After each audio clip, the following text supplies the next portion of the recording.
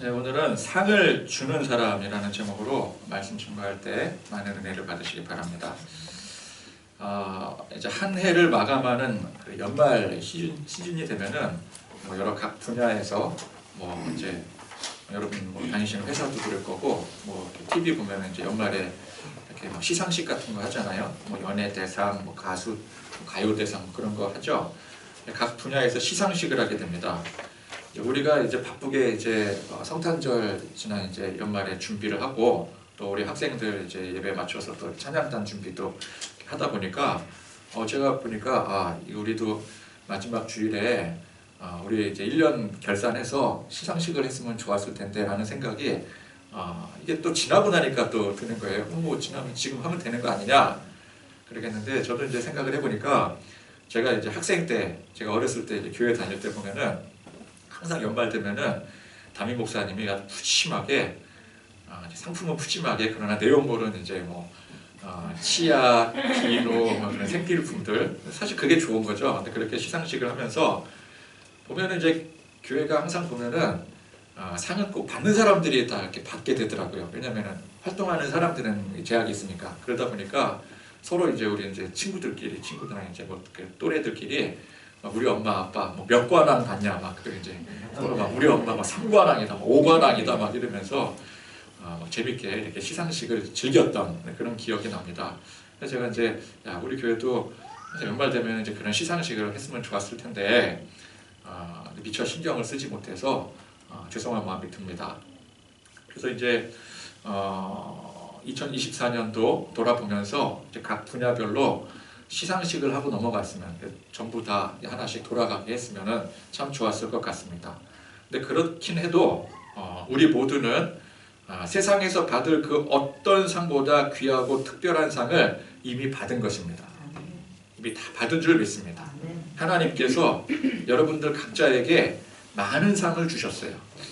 뭐 인쇄된 상장이나 뭐 트로피가 없을 뿐이지 사실 그런 종이에다가 인쇄를 하고 트로피에 새길 수 없을 만큼 너무 크기 때문에 그 목록이 너무 크기 때문에 그런 지표가 없는 것일 뿐인 겁니다.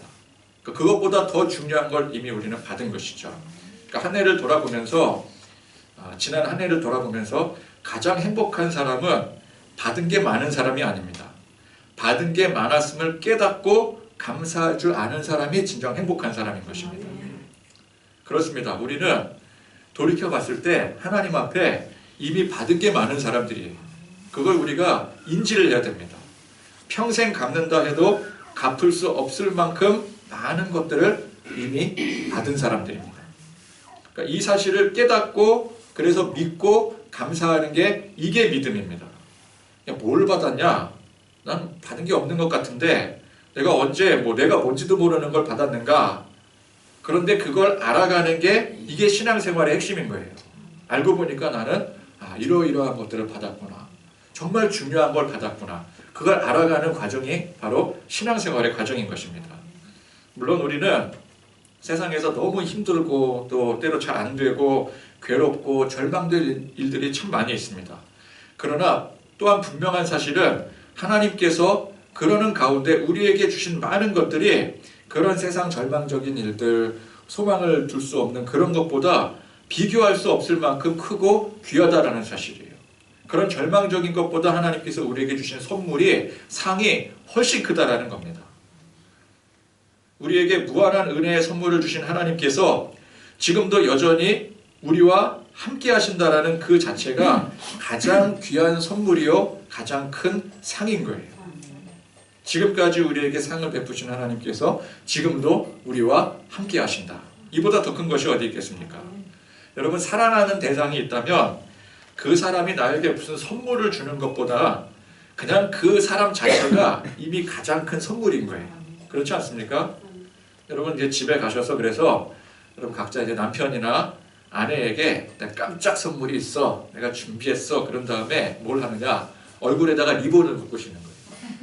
그리고 짠 하고 나타나 보십시오. 당장 욕 한 바가지가 나오겠죠. 이 사람이 당장 뭔가를 이렇게 기대하게 만들어 놓고 나서 이게 뭐냐 갖다 버려라 그렇게 나오겠지만 부부는 그렇겠지만 만약에 우리 자녀가 그런다고 생각을 해보세요. 우리 이제 율리나 아이린 정도면은 좀 그래 통하겠죠. 일단 리본 묶고 엄마나 선물이야, 아빠 선물이야 짠 하고 나타나면은 우리 시연이가 그럼 징그러울 것 같아요. 근데 아무튼 사실은 그보다 더 큰 선물이 없는 거죠.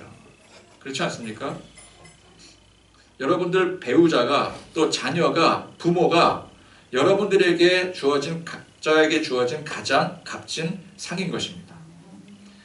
전능하신 하나님께서 우리를 한없이 사랑하셔서 값없는 은혜의 선물을 주셨는데 그 하나님께서 지금도 여전히 우리와 함께 하시니 우리는 그 어떤 괴롭고 절망적인 상황 가운데 있을지라도 하나님으로 인해 안심할 수 있는 거예요. 하나님이 우리에게 주신 선물을 지켜주시는 것입니다. 그 하나님께서 우리가 미처 생각지도 못할 회복과 은혜의 선물을 계속해서 공급해 주실 것이기 때문에 우리는 모든 걱정과 근심을 하나님 앞에 믿고 맡길 수가 있는 거예요. 그래서 우리는 세상에서의 상황이나 환경을 믿는 게 아니라 그 가운데 역사하시는 하나님을 믿는 것입니다. 하나님은 우리에게 상을 주시는데 그런 세상 가운데 우리에게 상을 분명히 주시는데 그냥 주시는 게 아니라 말씀해 보면은 후히 주신다 그랬어요. 야고보서 1장 5절에 보니까 너희 중에 누구든지 지혜가 부족하거든 모든 사람에게 후히 주시고 꾸짖지 아니하시는 하나님께 구하라. 그리하면 주시리라. 자, 여기서 지혜가 부족하거든 그것을 구하라 그랬어요. 지혜가 무엇입니까? 하나님께서 주실 모든 것들을 함축한 게 이게 지혜예요. 그걸 누가 알았었어요? 솔로몬이 알았었잖아요. 그래서 하나님께서 솔로몬에게 무엇이든지 구해라. 내가 상을 줄게. 원하는 모든 것 다 선물로 줄게. 그럴 때 솔로몬이 곰곰이 생각을 하고 뭘 구했어요? 지혜를 구한 거예요. 그렇죠? 하나님을 아는 그 마음, 그 지혜를 구한 거죠. 이때 모든 것을 대표로 구한 게 바로 지혜예요. 그러니까 야고보서 1장 5절에 너희 중에 누구든지 지혜가 부족하거든 할 때 이 지혜는 하나님께서 우리에게 주실 선물, 상을 말하는 것입니다. 이걸 어떻게 주신다고요? 하나 구하면 하나 줄게. 아니 3개까지는 줄게. 그게 아니라 후히 주신다 그랬어요. 그래서 구하라 그랬어요. 그래서 우리는 하나님 앞에 믿고 구해야 됩니다. 그러면 주신다고 약속하셨기 때문에 그래요. 그 야고보서 1장 이제 5절 이하, 6절부터 이어지는 말씀에 오직 믿음으로 구하고 조금도 의심하지 말라. 의심하는 자는 마치 바람에 밀려 요동하는 바다 물결 같으니 이런 사람은 무엇이든지 주께 얻기를 생각하지 말라. 이렇게 말씀하고 있어요. 그러니까 무조건 다 주신다는 게 아니에요. 믿음으로 구할 때 주신다는 거예요. 믿지 못하면 어떻게 한다고요? 구하지도 말래요. 믿지 못할 거면 구하지도 말아라.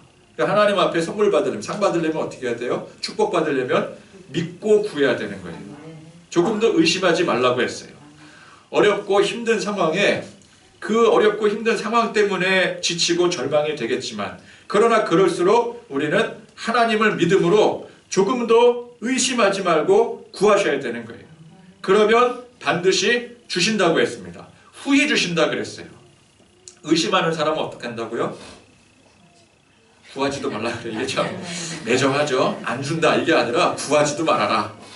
2025년 새 소망으로 시작하면서 하나님과 은혜로운 동행 속에서 믿음으로 하나님 앞에 믿음으로 구함으로 하나님께서 우리에게 베풀어 주시는 후한 상을 받아 누리시는 저와 여러분들이 되실 수 있기를 간절히 축원드립니다. 자, 오늘 우리가 읽은 이 말씀은 그런 의미에서 상 받는 내용이에요. 그런데 여러분 말씀을 잘 보니까 이게 우리가 받는 게 아니더라고요. 우리가 직접 받는 게 아니에요. 말씀 잘 보니까 우리가 받는 게 아니에요. 그러니까 우리는 제가 앞서 말씀한 대로 이미 후한 상을 받을 만큼 받았습니다. 물론 앞으로도 계속 받을 겁니다. 그런데 이미 우리는 받은 위치라는 거예요. 그래서 오늘 이 말씀은 우리를 통해서 다른 사람들이 받을 상에 대한 내용입니다. 즉 이 말씀의 전제는 우리는 상을 받을 사람이 아니라 이미 후하게 상을 받은 사람들로서 오히려 우리는 어떤 사람이라고요? 상을 주는 사람이라는 거예요. 그걸 전제로 말씀하고 있는 거예요. 제가 예전에 이제 섬기던 교회에서 이제 노예 체육 대회를 이제 갔습니다. 갔는데 뭐 이렇게 영 시원치 않더라고요. 뭐 편파 판정에다가 우리가 분명히 축구 이겼는데 막 끝까지 막 우겨서 막 진 걸로 막 탈락시키질 않나. 그래서 같이 있던 이제 우리 부목사님이랑 같이 막 이런 이제 노예 체육 대회는 이런 거 없어야 된다 막 그리고 막 비난하고 막 비판하고 막 그랬었거든요. 근데 마지막 시간 무슨 시간입니까? 경품 추첨 시간. 경품 추첨을 하는데 제가 무려 세탁기, 드럼 세탁기에 당첨이 된 거예요. 드럼 세탁기에 당첨된 순간 그 이전에 막 그 운영에 대해서 비판하고 그랬던 거 쏙 들어가고, 야 이렇게 훌륭하게 체육대회를 하는 거 처음 봤다 막 이러면서 제가 막 의기양양해서, 저는 그 전까지 나에게 이런 요행은 없다. 뭐 이렇게 뭐 당첨이라든지 로또 뭐 그런 거 일체 없다라고 생각했는데, 그 어떻게 보면은 일생일대의 그 행운이 그때 찾아왔던 것 같아요. 이제 앞으로는 그런 게 없겠죠. 아무튼 당첨이 돼 이제 호명이 돼서 이제 나가는데, 저도 막 긴가민가하고 번호가 보니까 맞는 거예요. 그래서 막 얼떨결에 막 뭐 이 목사 맞는 것 같아. 그래서 나가라고 막 그러는데, 제가 막 나가면서 막 주변에 있는 사람들이, 거기 사모님들도 많이 오신, 특히 사모님들이 막 부럽다, 저 세탁기 내가 가지고 가고 싶었는데 막 그러는데, 제가 너무 막 뿌듯한 거예요. 그리고 이제 상을 이제 받습니다. 세탁기를 당장 받는 건 아니고 주소를 적으라 그러더라고요. 그러면 거기다가 이제 배송을 해주겠다. 그래서 이제 그걸 받게 됐는데, 그런데 그 상황에 제가 보니까 이 상을 후원한 사람이 있더라고요. 그 상들이 다 누군가가 후원을 한 거예요.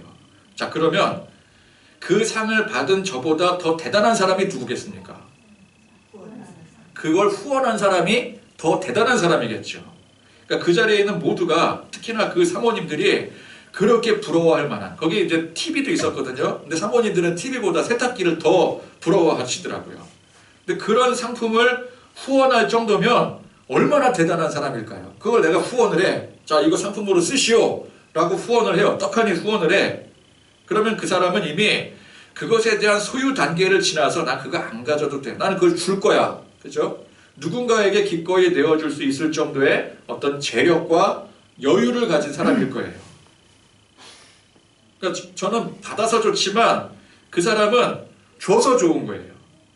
그럼 여러분 같으면 누가 되고 싶습니까? 어떤 사람이 되고 싶습니까? 주는 사람이 더 좋은 거죠. 나는 이미 그거를 소유에 대한 이미 개념을 넘어선 거야. 그죠? 모든 사람이 막 좋아하고 바라고 그러는 걸 나는 줄 수 있는 사람. 그게 얼마나 행복한 사람이겠습니까? 얼마나 여유 있는 사람이겠어요.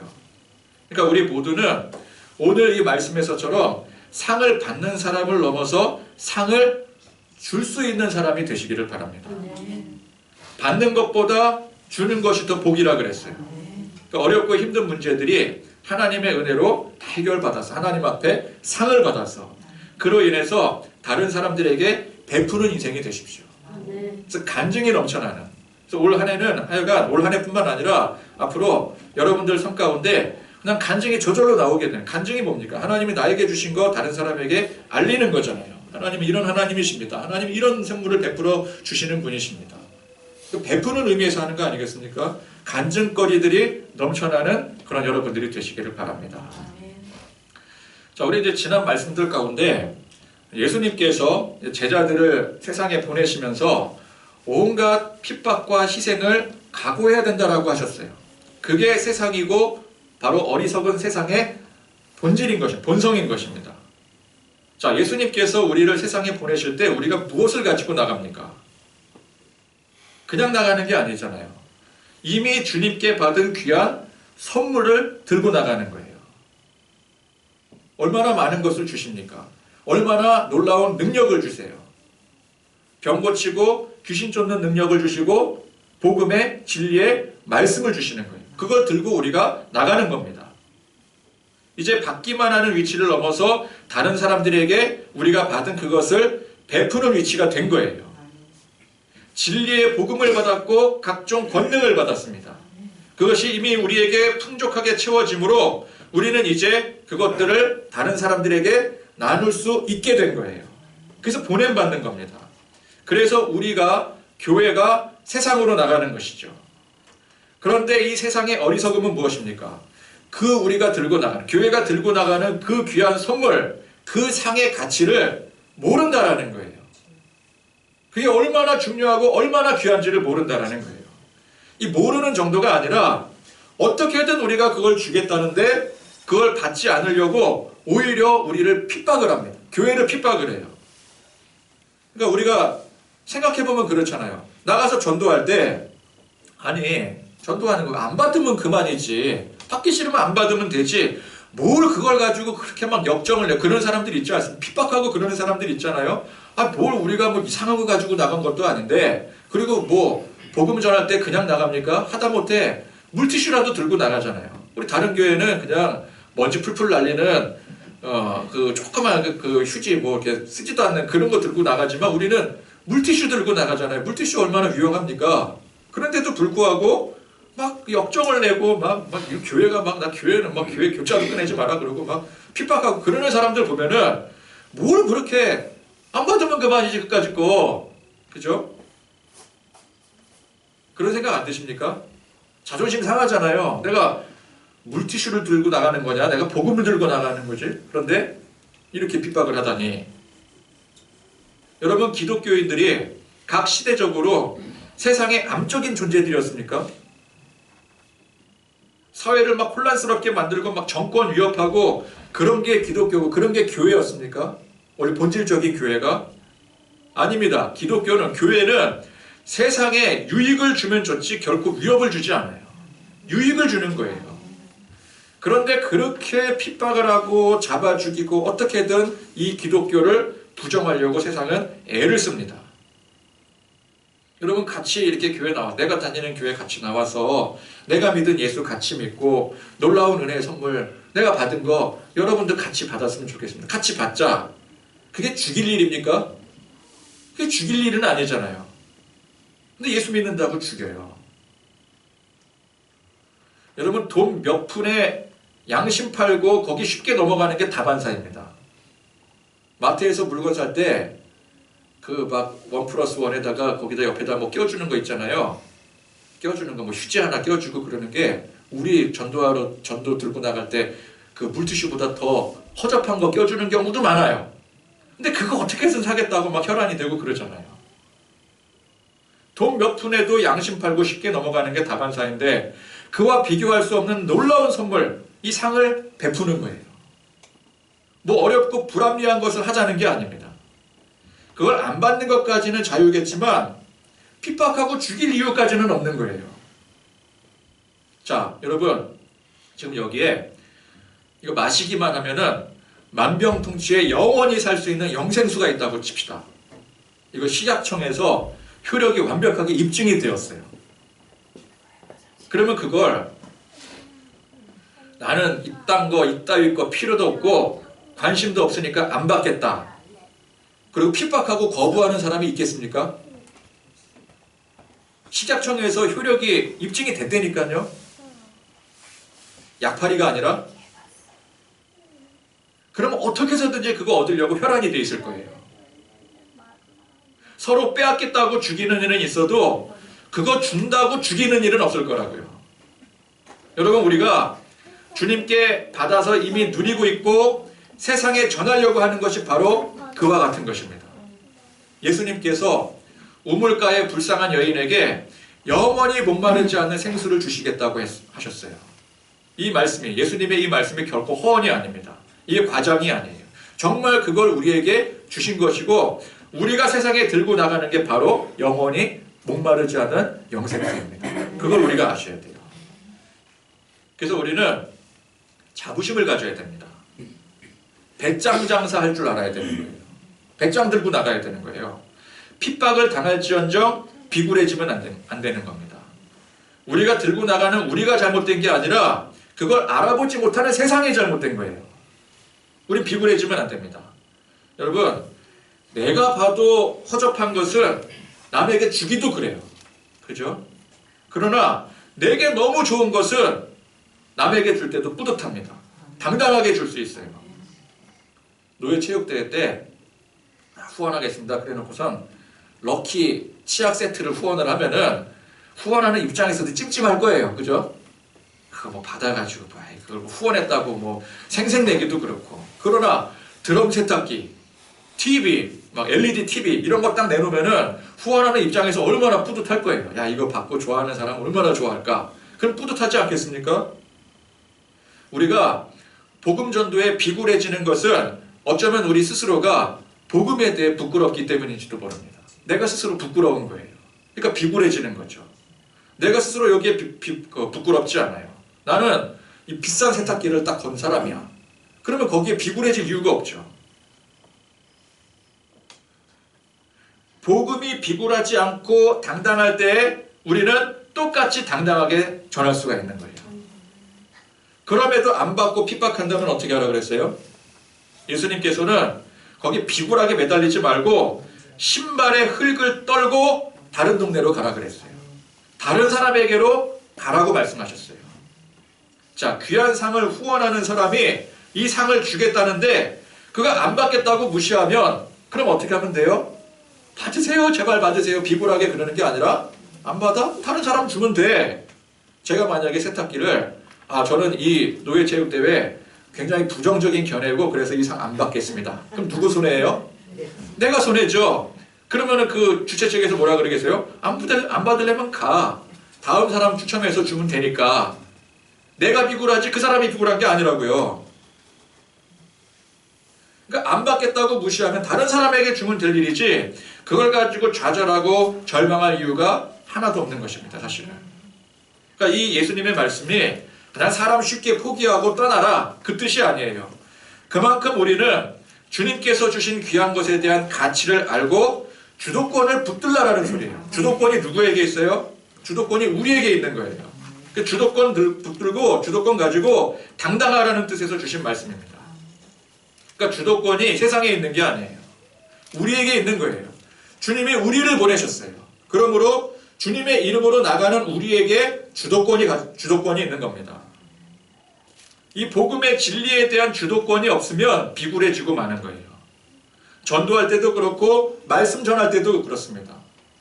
사람 떠날까봐 두려워 말씀이 희석이 되어지고 그래서 사람들 요구에 맞추려고 변질이 된다면 그건 비굴한 거예요. 그건 주도권을 뺏긴 거예요. 복음의 진리에 대한 주도권이 없는 겁니다. 사람을 보며 세상을 보며 약해지는 게 아니라 하나님 바라보며 담대해져야 되는 거예요. 세상은 결코 줄 수 없는 너무나도 귀한 것을 나는 가지고 나아간다. 너는 칼과 창과 단창으로 나아가지만 나는 만군의 여호와의 이름으로 나간다. 당신은 드럼 세탁기와 OLED TV를 경품으로 들고 나가겠지만 나는 십자가 진리의 복음을 들고 나아간다. 그런 태도로 우리가 나가야 되는 거예요. 주도권 가지고. 안 받으면 내가 손해가 아니라 네가 손해다. 그죠? 아무도 받지 않으면 그렇게 했을 때 아무도 받지 않으면 결국 그게 누구에게 돌아온다 그랬어요? 나에게로 돌아온다 그랬어요. 그 복이. 그러니까 우리는 복음을 전할 때 사람들이 받잖아요. 그러면 그것으로 감사한 일이죠. 우리 사명 완수했으니까 그것으로 감사한 거고 사람들에게 핍박당하고 그래서 결국 사람들이 안 받아요. 그래도 나에게 땡큐죠. 왜? 내게 돌아오니까. 그죠? 그러니까 우리는 나가기만 하면 일석이조인 거예요. 받아도 좋고 안 받아도 좋고. 그죠? 그러니까 우리는 나가야 되는 거죠. 말씀을 전해야 되는 거예요. 복음 증거해야 되는 거예요. 그래야 축복받는 겁니다. 자, 그런 주도권을 쥐고 우리가 상을 베풀고 후원하는 그런 입장으로 나아갈 때 그런 세상 환난과 핍박 속에서도 그 가운데 분명 이 상을 받는 사람이 있습니다. 40절 말씀에 너희를 영접하는 자는 이라고 했어요. 그러니까 영접하는 자가 있다는 겁니다. 세상이 우리를 교회를 대적해서 핍박하고 죽인다고 해서 모두가 다 그러는 것은 아니에요. 분명히 그런 세상 가운데 하나님께서 예비해 놓으신 사람들이 있더라는 것입니다. 물론 그 대상이 극소수이기 때문에 뭐 거의 없다시피 하기 때문에 우리가 그냥 세상에 복음 들고 나가면 핍박을 당할 것이라고 먼저 말씀을 하신 거예요. 그만큼 환난과 핍박이 일반적인 것이고 그 가운데 영접하는 게 특별한 일이라는 뜻입니다. 그래서 복음으로 인한 환난과 핍박 속에서도 우리는 그 가운데 하나님께서 예비해 놓으신 한 사람 귀한 영혼이 있다라는 사실을 믿고 나가야 되는 거예요. 주님의 사역은 바로 그 한 사람, 그 한 영혼을 바라보고 하는 겁니다. 그게 누군지는 몰라요. 언제 만날지도 몰라요. 그러나 분명히 있어요. 그 있다는 사실을 믿고 나가는 겁니다. 설령 그로 인해서 희생당한다 할지라도 그게 의미 없는 희생이 결코 아닌 거예요. 훗날의 씨앗이 되는 겁니다. 장차 있을 열매의 자양분이 되는 것입니다. 여러분 성경을 잘 보시면 성경 안에 이름 있는 유명한 선지자들 또 그런 하나님의 사람들도 있지만 성경을 여러분 잘 보면은요 이름도 없고 알려지지 않은 사람들이 훨씬 더 많이 있습니다. 양화진 선교사 묘원에 가보면 우리가 아는 이름들보다 모르는 이름들이 훨씬 더 많아요. 제가 그 양화진 선교사 묘원에 가기 전까지는 그래도 나름대로 한국사도 이렇게 한국 그 기독교 역사도 배웠고 그래서 선교사님들 이름 많이 안다고 생각했거든요. 천만에. 저는 그렇게 한국 이 땅에 선교사님들이 그렇게 많은 줄 몰랐어요. 굉장히 많더라고요. 생각보다 많았어요. 그러니까 뭔가 이 복음의 역사, 선교 역사의 한 획을 그을 만큼 큰 일을 하셨던 분들도 물론 있지만 정말 아무 영향도 없었을 것 같은 분들이 훨씬 더 많은 거예요.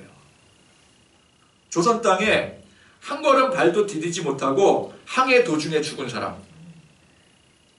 그런 분은 사실 이 땅에 복음화를 위해서 한 게 뭐가 있습니까? 땅도 못 밟아봤는데요. 아무것도 한 게 없이 시작도 하기 전에 죽은 거예요. 그러나 하나님의 일은 드러난 업적으로 되는 게 아닙니다. 어차피 사람이 하는 일이 아니라 하나님께서 하시는 일이에요. 이름 모를 희생과 헌신, 아무 결실 없는 무의미해 보이는 희생, 이 모든 것들이 자양분이 되어서 하나님의 역사가 이루어지게 되는 거예요. 지금 당장 우리 손에 열매가 주어지지 않는다 할지라도 우리가 복음 들고 나가는 일이 결코 헛된 일이 아니라는 것입니다. 사람들 다 떠나가고 핍박당한다고 그게 절망으로 끝나는 게 아니라는 거예요. 우리는 하나님께서 직접 일하심을 믿어야 됩니다. 작고 보잘것없어 보이는 희생일지라도 우리 생각에 거기 뭐가 열매가 있냐, 뭐 개죽음 아니냐, 비참한 죽음 아니냐 그럴지라도 하나님 나라에서는 그것이 얼마나 크고 귀한 희생인지 이게 세상의 셈법과 하나님의 셈법이 다른 거예요. 우리 그걸 믿어야 됩니다. 자, 그렇게 영접하는 사람이 있을 때 그 사람은 예수님께서 보내신 제자들, 또 우리가 이제 제자들 아니겠습니까? 그 우리를 영접하겠지만 사실은 우리를 영접한 게 아니래요. 누구를 영접한 거라 말씀하고 있습니까? 바로 우리를 보내시니, 즉 예수님을 영접한 거예요. 또 예수님을 보내신 하나님을 영접한 거래요. 자, 그런데 여러분 상식적으로 이제 우리가 막 복음 들고 제자들이 또 우리도 이제 복음 들고 나갈 때 영접하는 사람이 간혹 있잖아요. 간혹 있을 수 있지 않겠습니까? 분명히 우리는 있다고 믿고 나갔을 때 그 영접하는 사람을 만날 때 그 사람이 예수님을 알겠습니까? 예수님을 알겠습니까? 모르겠습니까? 모르겠죠. 처음 복음을 접하는 사람이라고 한다면 예수님을 영접하려고 하는 한 행동이겠어요? 그게 아니라는 거예요. 그러나 그 영접한 사람이 하나님께서 예비하신 사람으로서 하나님께서 맺어주실 결실이라면 그 지금 당장의 그 모습을 보고 평가하시는 게 아니에요. 우리는 당장의 모습을 보고 평가하겠지만 하나님께서 이루실 일을 미리 보시고 평가를 하시는 거예요. 그러니까 우리가 주 안에서 믿음 안에서 어떤 선한 일을 행할 때에 그것이 아무리 작은 일이라 할지라도 하나님은 그 행위를 하나님께 직접 한 행위라고 보시는 거예요.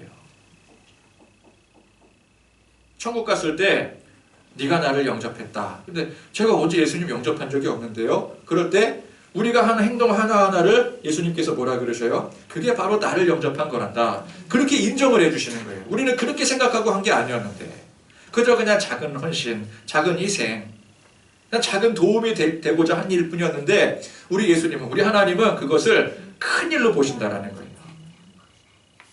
작은 자에게 냉수 한 그릇 주었을 뿐인데 그것을 예수님께 한 행위라고 봐주시는 거예요. 자, 그렇게 영접할 때에 선지자의 이름으로, 의인의 이름으로 상을 받는다고 했어요. 그러면 그 영접하는 사람이 상을 받고자 하는 마음으로 영접을 했겠습니까? 애초에? 그냥 열린 마음으로 한 거예요. 그런데 그 사람이 생각지도 못했고 감당하지도 못할 상으로 돌아오게 되는 것입니다. 하나님이 그렇게 상을 베푸시는 거예요. 누구를 통해서요? 우리를 통해서. 그러니까 우리가 하나님의 상을 대리로 수여하는 사람이 되는 거죠. 상 주는 사람이 되는 거예요. 여러분, 우리가 성도가 상 받으려고 하는 목적으로 신앙생활 열심히 할 수 있습니다. 일명 무슨 신앙이라 그래요? 상급신앙. 상급신앙. 내가 노력해서 열심히 한 만큼 천국에 내 상이 쌓일 것이다. 우리 천국에 이제 각자 개인의 곳간이 있다 그러잖아요. 그동안 내가 열심히 한 만큼 그 곳간이 채워진다는 거죠. 자, 이게 우리가 좀 주의를 해야 될 대목입니다. 분명 우리의 신앙의 행위들이 하늘의 상급으로 쌓이게 돼요. 왜? 하나님 그렇게 말씀하셨기 때문에. 그건 맞습니다. 작은 일 하나도 상으로 후히 주시는 하나님께서 우리에게 얼마나 많은 상을 주시겠어요. 내가 생각지도 못했던 거를 하나님께서 그게 나를 위해서 한 일이었다라고 상을 베풀어 주신다 그랬잖아요. 인정해 주신다 그랬잖아요. 그런데 이것이 과한 목적이 되어서는 안 됩니다. 우리가 하나님 앞에 하는 일이 자발적인 헌신이 돼야 돼요. 하나님께서 내게 주신 그 은혜로 말미암아 감사함으로 그 은혜의 감격으로 당연히 하는, 당연히 드리는 자발적인 헌신이 돼야 되는데 이게 상을 위한 헌신이 되면은 그걸 자발적이라고 말할 수 없는 거예요. 상 받기 위해서 한다. 그건 자발적인 게 아닌 거예요. 동기부여는 될 수가 있어요. 여러분, 동기부여는 되어야 됩니다. 천국의 상급을 위해서 우리가 그것이 동기부여가 돼서 그것이 기폭제가 돼서 하나님 앞에 열심으로 충성으로 나갈 수가 있어야 돼요. 그러나 그것이 목적이 되면 안 돼요. 앞으로 받을 상이 많은 것도 사실이지만 그보다 더 중요한 게 뭐예요? 우리는 이미 받은 상이 많다라는 거예요. 또 정말 중요한 것은 뭐예요? 그런데 우리는 사실 그 상을 받을 만한 자격이 애초부터 없었다라는 거예요. 하나님의 은혜가 아니면, 예수님의 십자가 보혈의 공로가 아니었으면 우리는 그 상을 받을 자격이 애초에 없었던 사람이에요. 그런데 하나님께서 우리에게 너무나도 우리가 감당할 수 없을 만큼의 큰 상을 베풀어 주셨더라는 것이죠. 물론 앞으로 더 많은 상을 받을 것입니다. 그러나 더 많은 상을 받을 그게 중요한 게 아니라 이미 받은 게 중요한 거예요. 그래서 우리는 항상 내가 뭐가 부족해서 채우려고 하고 더 얻으려고 상 받으려고 노력하는 게 아니라 이미 풍성히 받은 그 은혜로 그것을 베풀 줄 아는 삶을 살아야 되는 거예요. 그게 예수 믿는 사람의 모습인 거예요. 자, 2025년 새해에는 하여간 이 여러분들 모두가 상을 많이 받는 해가 되기를 바라요. 여기서 말하는 상은 뭐 그냥 상장이 아니에요. 하나님이 우리에게 베풀어 주시는 모든 것을 말하는 거예요. 은혜의 선물, 문제 해결, 또 뭐 고통과 또 혼란 가운데 있는 그런 상황 가운데 하나님이 주실 상이 얼마나 크겠습니까? 여러분 다 받아 누리시기를 바랍니다. 그런데 상을 많이 받음으로 더 받으려고 혈안이 되고 노력하고 그것을 쟁취하려고 하는 삶이 아니라 이제 받은 그 상을 베풀고 나누는 삶이 되기를 바라요. 풍성히 받기 때문에 나눌 수 있는 사람이 되기를 바랍니다. 먼저는 우리가 풍성히 받았음을, 받고 있음을, 앞으로도 받을 것임을 고백할 줄 알아야 돼요. 내 안이 먼저 풍성히 해줘야 됩니다. 그래야 나눌 수 있죠. 나는 항상 부족하고 나는 항상 못 받은 것 같고 나는 항상 손해보는 것 같고 그런 사람은 결코 나눌 수가 없는 거예요. 하나님이 내게 얼마나 큰 상을 베풀어 주셨는지 은혜로 충만하시기를 바라요. 그래서 상을 받는 사람에서 상을 후원하는 사람들이 되시기를 바랍니다. 얼마나 멋진가, 얼마나 매력이 있습니까? 세탁기나 TV를 후원하는 것도 그것도 멋지고 매력적인데 그와 비교할 수 없는 하나님이 우리에게 주신 값진 은혜, 이 복음의 진리를 세상에 들고 나가 전하는 것, 이게 얼마나 멋진 일이에요. 이게 진정한 후원 아니겠습니까?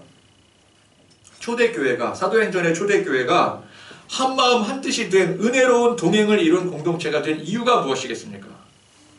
서로가 은혜를 받아 하나님 앞에 받은 그 무한한 은혜, 그 충만한 은혜를 너무 많이 받아서 그것을 나누었기 때문에 가능한 거예요. 받는 입장에서 이제는 나누는 입장이 되었기 때문에 이 초대교회가 은혜로운 공동체가 동행을 이루는 공동체가 될 수가 있었던 것이었습니다.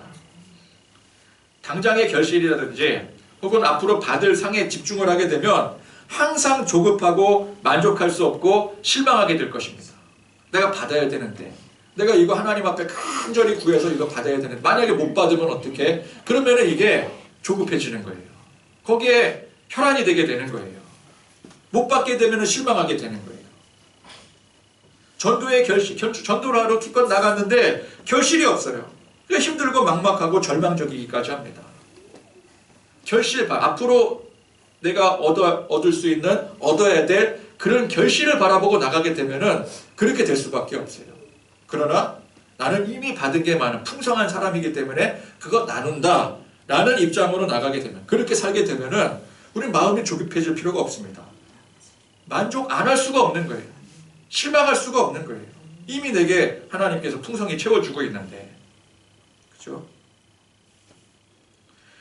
내가 들고 나가는 이 진리의 복음에 대한 당당한 내 생각과 기준의 결실이 아니라 하나님께서 계획하시고 역사하시는 그 결실임을 믿고 나아갈 때 우리는 세상 핍박과 고난과 환난 속에서도 기꺼이 희생을 감수하고 나아갈 수가 있는 것입니다. 여러분, 우리 각자에게 주어진 상황과 환경이 아무리 험할지라도 이미 내게 후하게 상을 베풀어 주신 그 하나님을 바라보고 믿으며 오히려 베풀고 헌신하는 마음으로 나아갈 때 하나님께서 그 가운데 역사하실 것을 믿고 고백함으로 나아가는 그런 저와 여러분들이 되실 수 있기를 간절히 축원드립니다.